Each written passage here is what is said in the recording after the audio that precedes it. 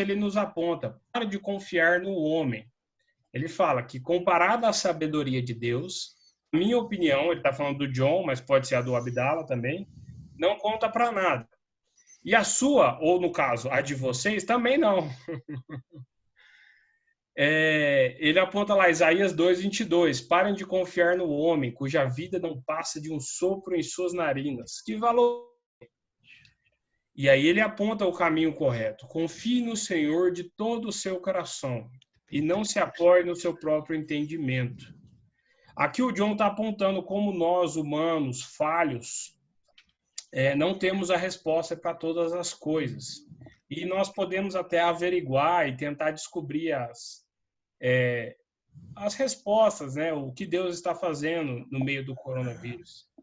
Mas são só tentativas falhas de homens falhos, pecadores que nós somos. Por vezes, tentando entender o corona, a gente é direcionado pelas nossas vontades, pelos nossos sofrimentos. A gente tenta direcionar baseado na como somos falhos. Por isso que é importante a gente não para de confiar no homem, né? Confie no Senhor de todo o seu coração.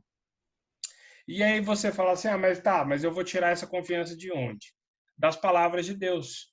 Mas Deus se inclinou para falar em palavras humanas e as registrou nas Escrituras. É aí que nós podemos ouvir a sua voz, aonde nós podemos encontrar confiança. Deus derramou abundantemente sobre nós em toda a sabedoria e entendimento. Ele nos revelou o mistério da sua vontade, Efésios 1, 8 e 9. E lá em Efésios 3, 4, ao lerem o que escrevi, Paulo falando, poderão entender a minha compreensão do mistério de Cristo Jesus. O mistério de Cristo. O Paulo aqui aponta o seguinte,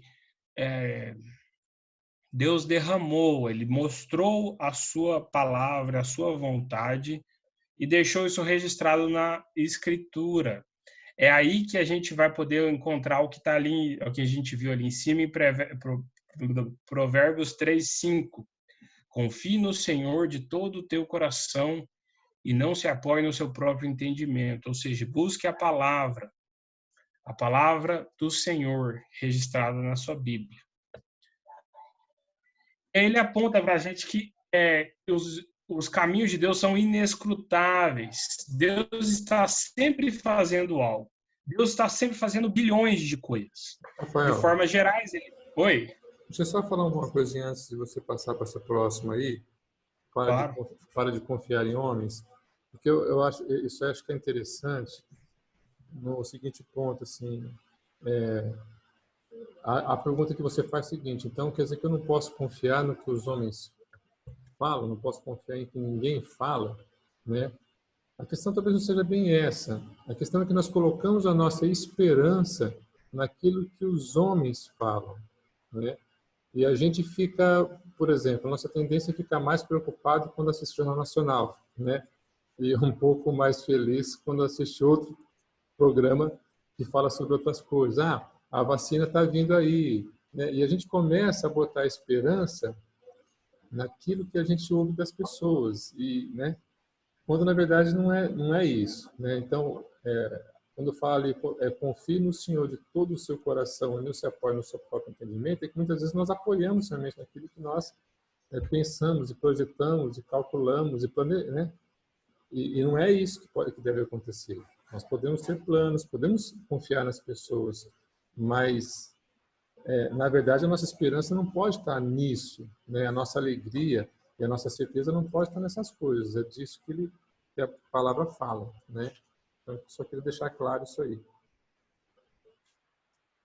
Claro, não é uma negação da interpretação da palavra, né? É a gente ficar tentando buscar em outros lugares, né? Que não no Senhor, e colocar a nossa esperança talvez no outro lugar. Porque nesse momento, se a gente for ficar fazendo isso, realmente nós vamos ficar apavorados, né? Se a gente for esperar que ou vai se resolver, o homem vai resolver isso aqui, o conhecimento humano vai resolver. Não, né? Não é isso. Vamos apoiar a nossa esperança e o nosso conhecimento em homens. É por isso que ele fala isso aí, né? Pare de confiar em homens, né? Pare de confiar em homens.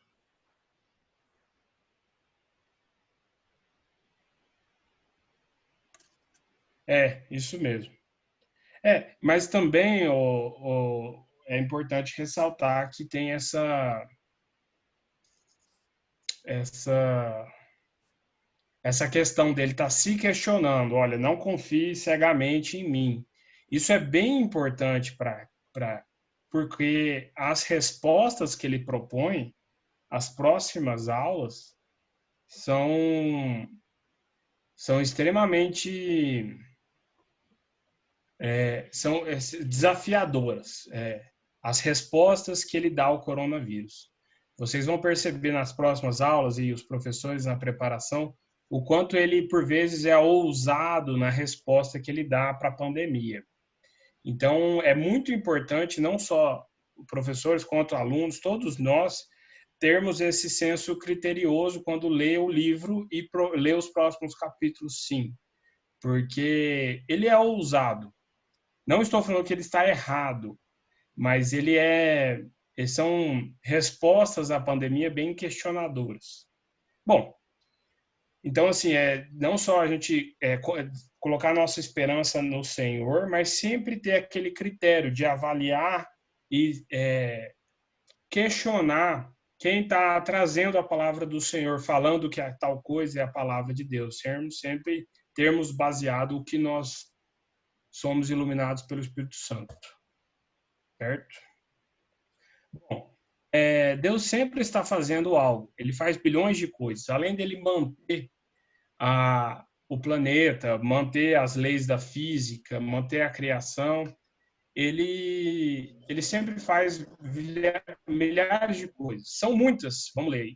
Senhor Deus meu, as maravilhas que tens operado, e também os teus desígnios para conosco. Não há ninguém que possa se igualar a ti. Eu quisera anunciá-los e deles falar, mas são mais do que se pode contar. Salmos 40, versículo 5. Deus ele tá no controle de todas as coisas, de milhões de bilhões de coisas. Tem aqueles cálculos de que o ser vivo o ser vivo mais abundante no nosso planeta são as formigas, que são bilhões e bilhões de formigas no mundo inteiro. Aí pensa que Deus está no controle de cada uma dessas formigas, em cada uma dos ninhos delas, por todos os continentes, e ao mesmo tempo ele está cuidando da pandemia, ele está cuidando da gente, ele está mantendo o movimento dos planetas, mantendo a gravidade. Deus está no controle de todas as coisas, de bilhões de coisas. Inclusive, os seus desígnios com o coronavírus são de muitas maneiras inescrutáveis. Ele está no controle de todas as coisas e, às vezes, a gente não sabe tudo o que está acontecendo. Ou a gente vai aqui tentar entender o que o coronavírus pretende ser, mas a gente não sabe de todas as coisas. A maneira como o coronavírus está tratando o coração das bilhões de pessoas impactadas. Vamos ler aí, Romanos, ó profundidade da riqueza, tanto da sabedoria como do conhecimento de Deus. Quão insondáveis são os teus juízos e quão inescrutáveis os seus caminhos. Romanos 11, 33. Então, a gente tentar responder como o coronavírus está afetando ou o que Deus está fazendo através do coronavírus é sempre uma resposta, sempre vai ser uma resposta limitada. Por quê? Porque, olha, para uma pessoa, Deus está tratando de humildade. Para outra pessoa, ele está tratando sobre cura. Para outra pessoa, ele está tratando sobre dependência. Para outras pessoas, ele está tratando como... ele está iluminando a sabedoria de um pesquisador, por exemplo. Para outras, entendeu o que eu quero dizer? Aprender a lidar com o luto, com a perda. Para outras, é aprender ao sustento financeiro. Deus está usando, ele pode estar, uma só causa, né, a pandemia, mas os seus desígnios são inescrutáveis, são milhares, milhões. Cada pessoa está sendo tratada de uma forma pessoal. Então, tentarmos responder o que Deus está fazendo através do coronavírus é uma tentativa, porque a sua ação, ela engloba toda a magnitude da criação, os efeitos da ação de Deus. Então, a gente tem que ser humilde na hora de tentar responder o que Deus está fazendo, porque realmente os seus caminhos são inescrutáveis, no sentido de que são bilhões de coisas que estão acontecendo, né? Pessoas que passaram a admirar a criação, porque aquela história, né, tem menos poluição, lá Veneza, o rio está mais limpo, né? Tem efeitos da ação de Deus sobre a humanidade, sobre toda a criação, que são assim incontáveis. Não é possível nós apontarmos todos eles. O John vai propor 6 respostas, mas ele fala, ó, são só 6, mas os caminhos do Senhor são inescrutáveis. Devem haver milhões de respostas da pergunta, o que Deus está fazendo através do coronavírus. Certo? Rafael, Sim. Posso só dar um exemplo de um documentário que eu assisti essa semana? Tem um documentário muito legal no Netflix chamado A Era dos Dados. E no episódio 4, ele vai falar sobre dígitos. E o apresentador que faz essa apresentação, ele, pelo jeito, ele é muçulmano, né? Aí é o seguinte, o que ele quer falar dos dígitos é que o mundo todo é regido por uma lei matemática. Olha que interessante. E eles chamam essa lei de Benford, né? E daí ele vai falar que os cálculos de tudo que você colocar né, qualquer tipo de cálculo que você colocar, aplicar essa lei de Benford, o cálculo ele sempre dá igual. E daí os caras fizeram isso em relação às distâncias, né? E em relação também às populações de todas as cidades do planeta. E qualquer cálculo que você faz da população das cidades da Terra, ele sempre dá igual dentro da lei de Benford. Aí o Nasser lá, que é o cara que faz o documentário, tem uma hora que ele fala assim, como que 7 bilhões de escolhas individuais podem chegar ao mesmo número, né? Então você vê que como é um Deus que rege todas as coisas, né? Achei muito legal isso aí que ele fala, né? O cara ele questiona sobre livre escolha das pessoas, né? Como que 7 bilhões de pessoas com livre escolha de escolher para onde vai mudar, no final o resultado é o mesmo. É muito interessante isso aí. Depois eu passo certinho aqui qual que é. Sim, olha só que legal. Tem um livro aqui, a constante Rafael. de Deus. Tem um livro aqui, deixa eu só falar rapidinho. Tem um livro aqui que nós estudamos ele na escola dominical também. A Fé na Era do Ceticismo, do Tim Keller, viu, Zan? Então, aí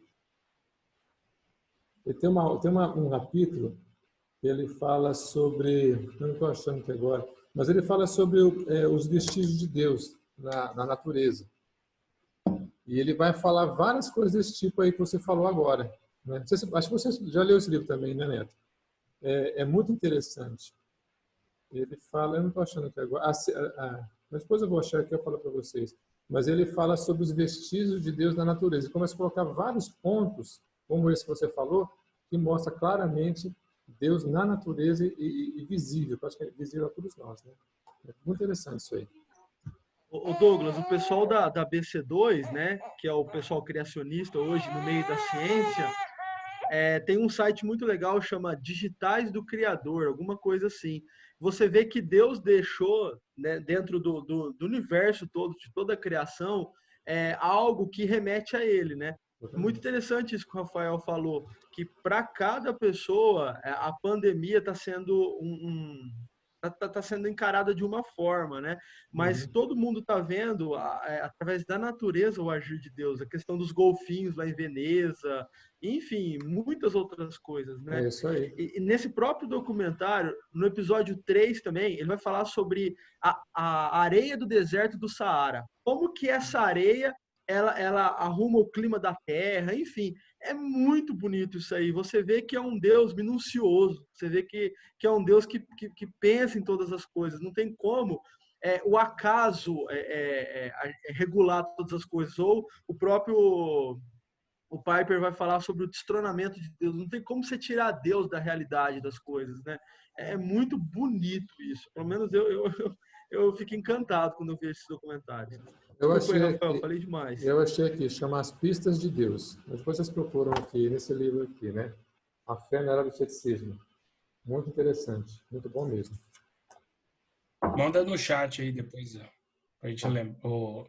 Mano. Douglas. Não, Neto, pode falar, fica à vontade quem quiser falar.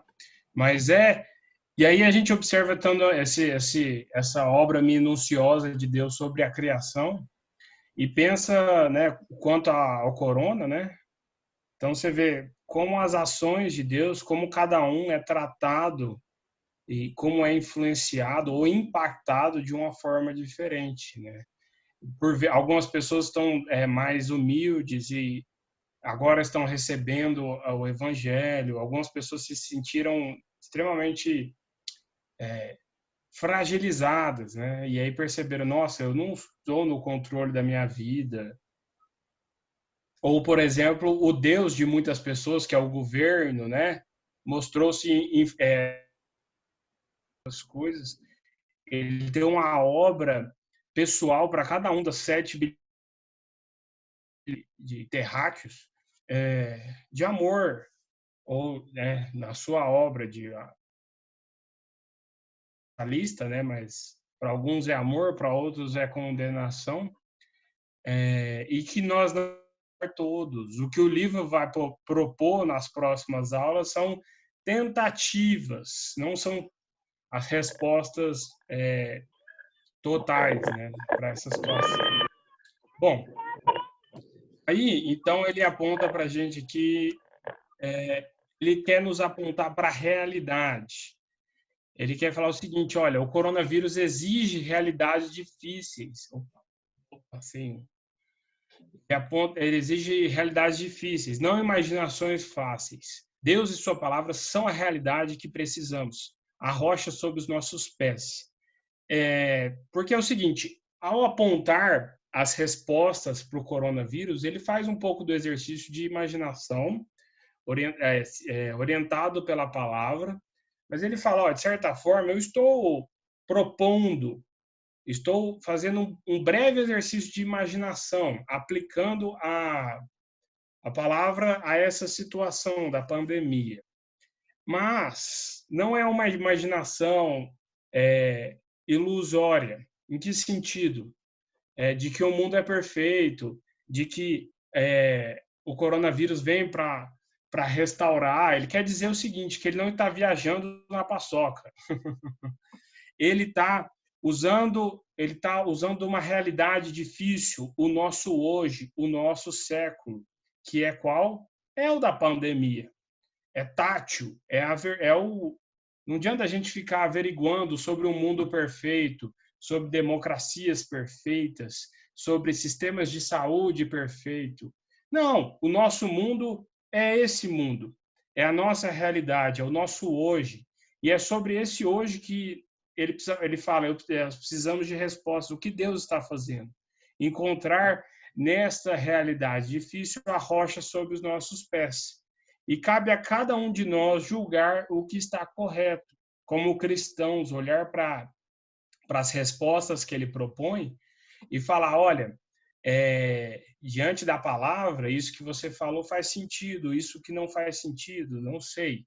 Ele mostra lá Lucas 12, hipócritas, vocês sabem interpretar a aparência da terra e do céu, mas não sabem discernir esta época? E por que não julgam também por vocês mesmos o que é justo?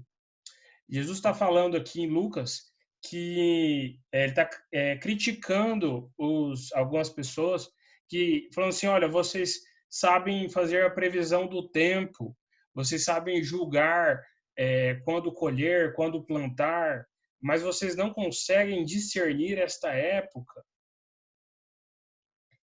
Vocês não, porque vocês não julgam também o que é justo, ou seja, encontram a justiça. Ele está querendo dizer, olha, eu sou Deus, eu estou aqui caminhando com vocês e vocês não conseguem discernir esse tempo, o tempo do Messias. Da mesma forma, ele está nos chamando a não engolirmos a seco ou ficarmos só na superfície, engolindo tudo que é mandado para a gente, né? Aceitando tudo. Ele está nos convidando, olha, julguem, sim, usem as escrituras para avaliar as respostas à pandemia que eu vou propor nos próximos capítulos. Ele está chamando o leitor a criticá-lo. E também é bom que ele nos recorda que devemos ser críticos sempre que algo for relacionado à palavra. Essa é uma marca da nossa fé reformada. Nós somos sempre críticos baseados na palavra. Rafael. E aí ele também traz Tessalonicenses. Ó. Portanto, a minha esperança é que você peça ajuda a Deus. Olhe para a palavra e julgue por si mesmo o que está correto. Espero que você prove pelas... Aí ele aponta... Até aí. Aí depois ele... aqui, desculpa, vamos lá. É o próprio John Piper falando aqui. Portanto, a minha esperança é que você peça a ajuda de Deus e olhe para a palavra de Deus e julgue por si mesmo o que está correto das respostas que ele vai propor. Aí ele fala, espero que você prove pelas escrituras o que eu digo, está lá em 1 João 4:1, e retenha o que é bom. 1 Tessalonicenses 5:21. Então, como eu disse, é um convite a nós avaliarmos e criticarmos e interpretarmos o que o John vai propor nas próximas aulas. E também é uma lembrança de nós, como reformados, temos que ser críticos, interpretar sempre pela palavra. Alguém queria falar aí? Eu quero falar. Eu falo bastante. Hein? Eu acho que é muito importante uma coisa seguinte, que a gente tem que dizer assim, muitas vezes nós temos medo de fazer perguntas. Tá? Tipo assim, poxa, mas eu não posso questionar. Né? O fato é que nós precisamos, sim, o próprio John Piper está falando isso aí, e a gente sabe, você falou, nossa fé reformada fala disso, né?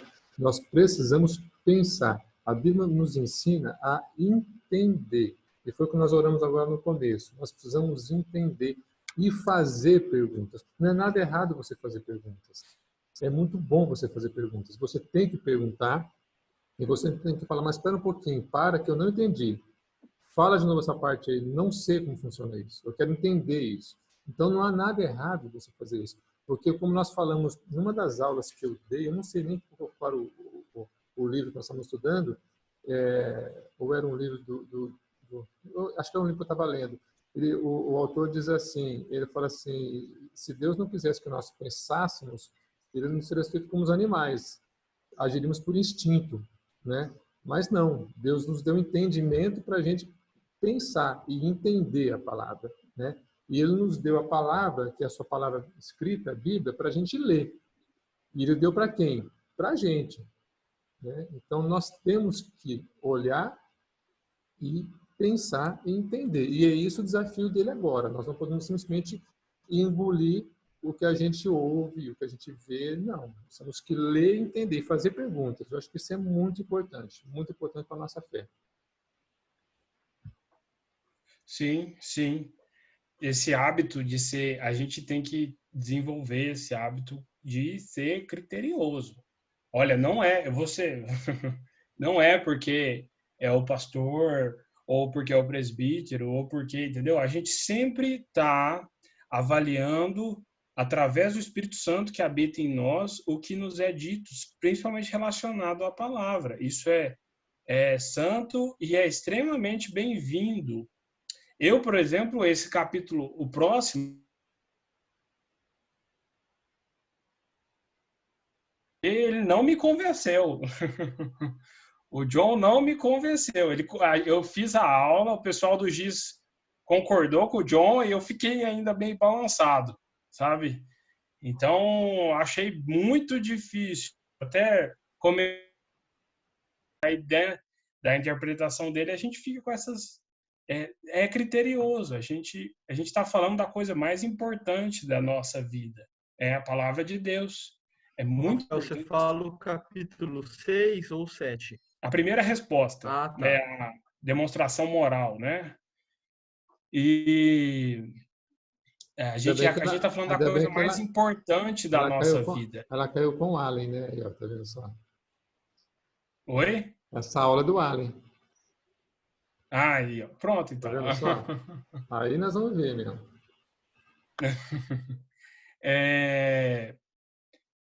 A gente está falando da coisa mais importante da nossa Ainda vida. bem que não é minha. Então é importante que a gente seja criterioso quanto a isso, né? Bom, e nesse sentido, opa, não foi aí. Então esses são os cuidados que ele coloca, sabe? Não confie no homem, confie no Senhor. Lembre-se sempre que o coronavírus tem um impacto diferente pessoas, não só essas minhas 6 propostas, 6 caminhos, e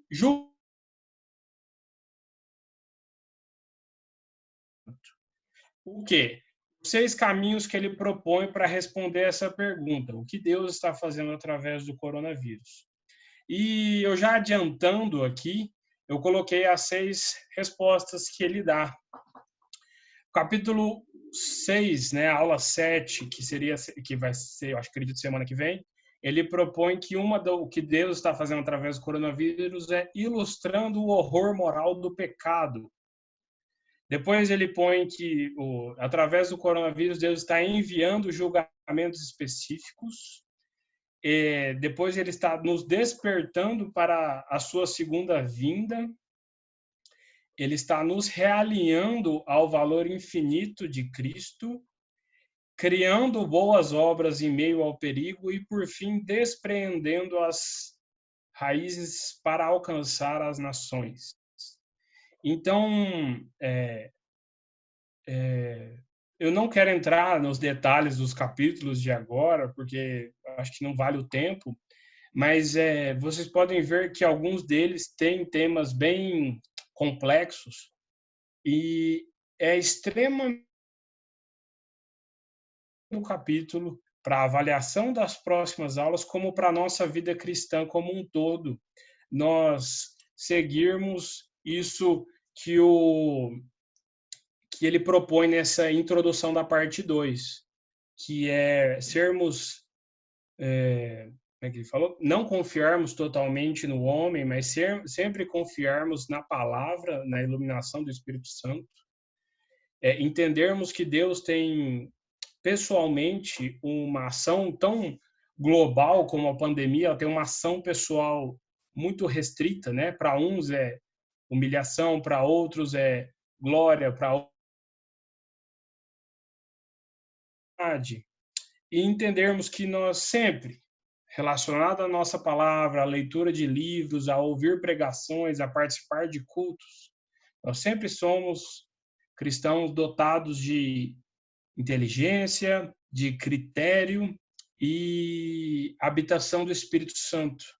Então, a gente sempre deve olhar para o nosso alimento espiritual que a gente recebe, seja por Bíblia, seja por versículo, corrente do WhatsApp, e avaliar e criticar, para sermos sempre bem alimentados e, da mesma forma, também abençoar quem está propondo, né? A pessoa, às vezes, passa uma corrente do WhatsApp e você fala, não, isso aqui não tem nada a ver. Então, você, olha, isso aí não tem nada a ver e orienta a pessoa, é bênção na vida dela. Ou você comentando ou criticando alguém, um professor, um pastor, fala, olha, isso aí tá certo, é isso mesmo, eu não entendi. Vocês serão mutuamente abençoados nesse processo crítico de amor e de interpretação da palavra. E assim ele nos convida a sermos críticos nas próximas aulas às propostas de resposta que ele vai dar na parte 2 a partir de semana que vem. É isso aí. Se alguém quiser falar, fica à vontade. Perguntas, críticas, comentários. Se não concordar, também fala.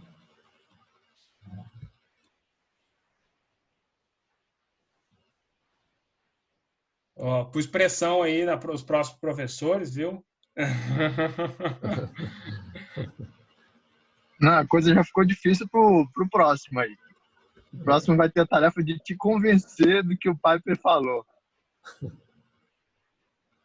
Isso, sou um mero pupilo nessa história. Pastor, e agora não é só ele, né?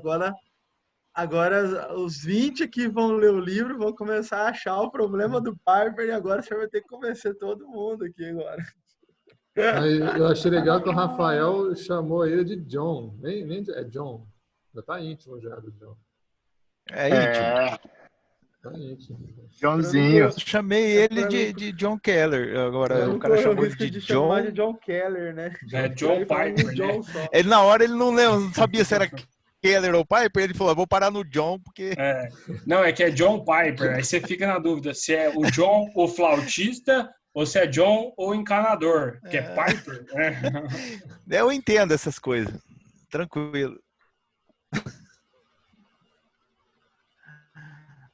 Bom, Tá bom. então, se ninguém tem nada a acrescentar, vamos orar, então. Tá bom. E o Allen tá trabalhando hoje de novo No Uber? No Uber? É Rapaz. esse cenário agora. Só espero não dar aula daqui. Oxa. Então, olha, quem vai É mais lá, Rafael? tranquilo aí do que em casa. O cara tá escondido. É igual ir pro carro ouvir rádio do futebol, porque em casa não dá para assistir TV.